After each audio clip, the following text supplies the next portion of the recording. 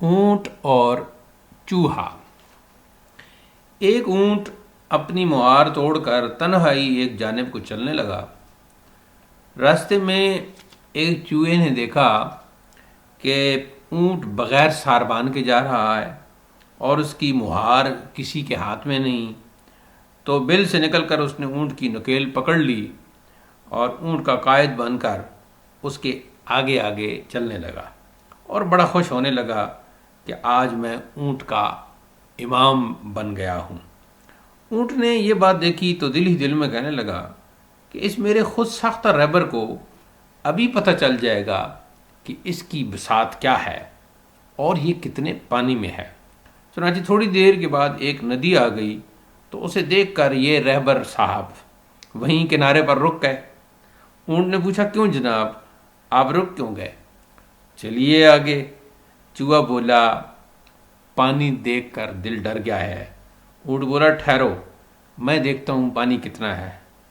چنانچہ اونٹ ندی میں گیا اور چوہے سے کہنے لگا، رہبر صاحب ڈریے نہیں، پانی صرف زانو تک ہے، بغیر کسی ڈر کے اندر آ جائیے۔ چوہا بولا، واہ صاحب واہ، زانو تک ہے، مگر کس کے زانو تک؟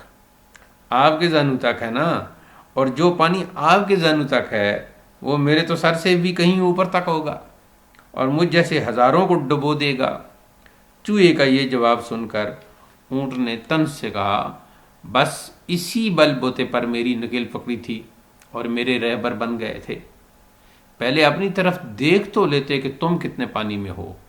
لو اب میری سنو، یہ ندی جسے دیکھ کر تم ڈر گئے ہو، ایک تم کیا، تم جیسے سینکڑوں چوہے میرا دامن پکڑ لیں تو میں انہیں اپنے اوپر بٹھا کر اس ندی سے پار کر سکتا ہوں۔ تبصرہ: جو خود گمراہ ہو وہ اگر دوسروں کا رہبر بن جائے تو ہدایت پانا مشکل ہے۔ آج کل یورپ کے بل سے نکل کر سائنس کا چوہا قرآن کے آگے لگ گیا ہے اور سمجھتا یہ ہے کہ میں قرآن کا بھی امام ہوں، مگر جس وقت سامنے پل صراط کو دیکھا تو یہ چوہا وہیں رک گیا۔ قرآن نے فرمایا کہ کیا اسی بل بوتے پر میرے آگے لگے تھے؟